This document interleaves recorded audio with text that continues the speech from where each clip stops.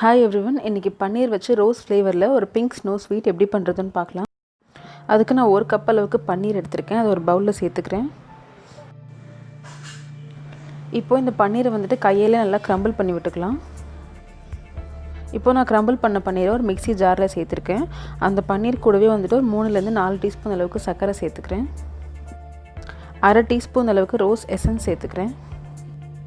2 table spoon rose syrup.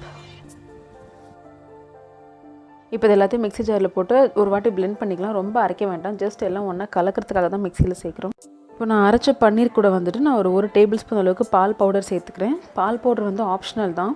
உங்களோட பன்னீர் வந்துட்டு பார்த்திங்கன்னா ரொம்ப ஒரு மாதிரி சொதன்னு இல்லை தண்ணியாக இருக்குது, திக்காக இல்லைன்னு சொன்னால் தான் நீங்கள் பால் பவுடர் சேர்க்கணும். உங்கள் பன்னீர் வந்து நல்லா ஸ்டிஃபாக திக்காக இருந்துச்சுன்னா பவுடர் தேவையில்லை. உங்கள் கையில் வெண்ணெய் இல்லைனா நெய் தடவிட்டு இந்த பன்னீர் கையில் உருட்டி உங்களுக்கு வேணுங்கிற ஷேப்பில் பண்ணிக்கலாம். பன்னீர் வந்துட்டு கையில் ஒட்டும். இப்போ என்னோடய பன்னீர் பார்த்திங்கன்னா நான் வீட்டில் செஞ்சதுங்கிறதுனால வந்துட்டு எனக்கு கையில் ஒட்டுது.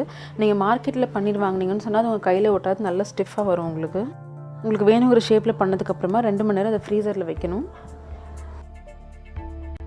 ஸோ 2 மணி நேரத்துக்கு அப்புறம் பார்த்தீங்கன்னா நல்லா ஃப்ரீஸ் ஆகிடுச்சு.